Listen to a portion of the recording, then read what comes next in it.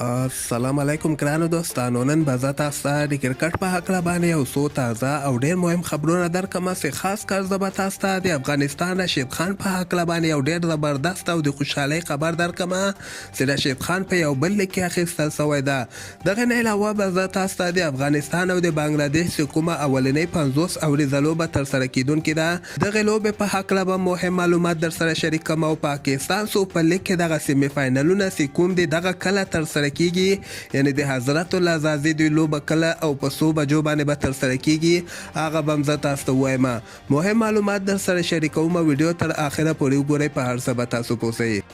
نو راځم اول زه تاسو ته د رشید خان مینوالو ته یو ډېر زبردست او د خوشحالۍ خبر به ورکړم چې هغه تېر کال که تاسو ته یاد سي سل باله لیک ترسره شوی و چې د افغانستان ورکې رشید خان هم لوبېدلی و، محمد نبي، قیس احمد او مجیب زدران هم اخیستل شوي ول.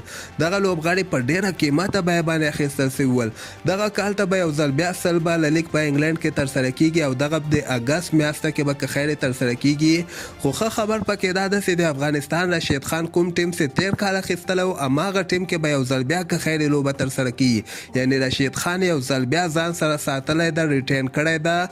خو بل طرف ته محمد نبي، مجیب زدران او قیس احمد بیا سل باله کې چې کوم ټیمونه اخیستلي ول هغه ټیمونو بیا دغه لوبغاړي خوشي کړي دي.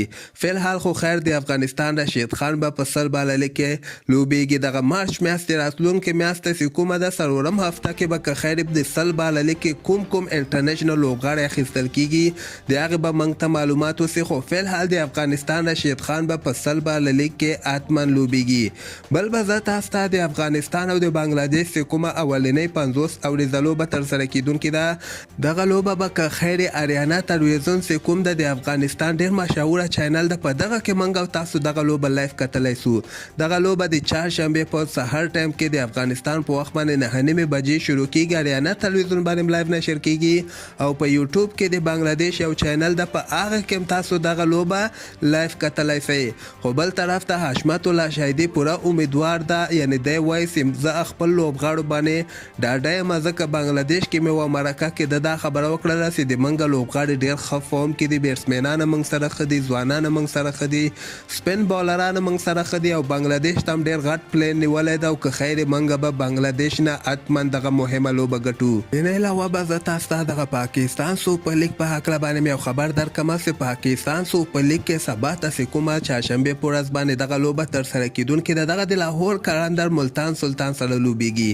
دغوی که هر یو ټیم دغه لوبه وګټي هغه به ډایرکټ فاینل ته کوالیفای کوي او کوم ټیم چې لوبه وبایلي هغوی ته بیا یو بل چانس هم جوړیږي. بله ورځ د پنجشنبې په ورځ باندې د حضرت العزازي دوی ټیم که خیري اسلام آباد سره لوبیږي.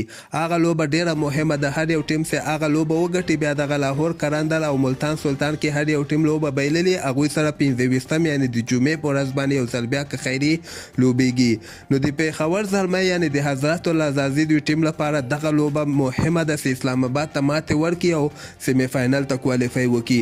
دغه د سیمي فاینلونه لوبې هم چې کومې دي دغه هم د ماښام ټایم کې یعنی د افغانستان په وخت باندې 9 بجې که خیري دغه ټولې لوبې شروع کیږي او د ورځې یوه لوبه ترسره کیږي، یعنی یوه لوبه سبا ده، بله ورځ بیا بله لوبه ده، بیا د جمعې په ورځ باندې بله ده او د یکشنبې په ورځ باندې که خیري فاینل لوبه په پاکستان سوپر لیګ کې کیږي.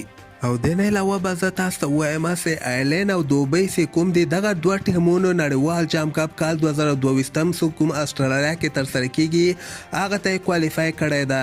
زه به تاسو ته ووایم چې دغه کوالیفاین راوند لوبې هم شروع شوې ولې دوبۍ چې کوم د دوی نیپال ته ماتې ورکړې ده. دوبۍ 106 ټارګټ نیپال ته ورکړی او نیپال 107 پورې دغه رنزونه رسولي. 68 رنزو باندې دوبۍ دغه لوبه ګټلې، یعنی دا سیمي فاینل یې ګټلی ده او آیرلینډ بیا عمان نه سیمي فاینل ګټلی ده. آیرلینډ 115 رنزه وکړه، عمان 109 کې ورته ټول ټیم اوټ کړه، 50 رنزو باندې آیرلینډ دغه لوبه ګټلې ده. نو آیرلینډ او دوبۍ به خپلو کې فاینل لوبه هم ترسره کړي. نو مطلب دا ده چې دغه آیرلینډ او دوبۍ دغه کال 2022 کې یعنی همدغه کال کې استرالیا کې کوم ورلډ کپ ترسره کیږي هغه ته کوالیفای کړی ده. نو همدغسې تازه خبرو لپاره تاسو دغه چینل هم در سره سبسکرایب کولی شئ.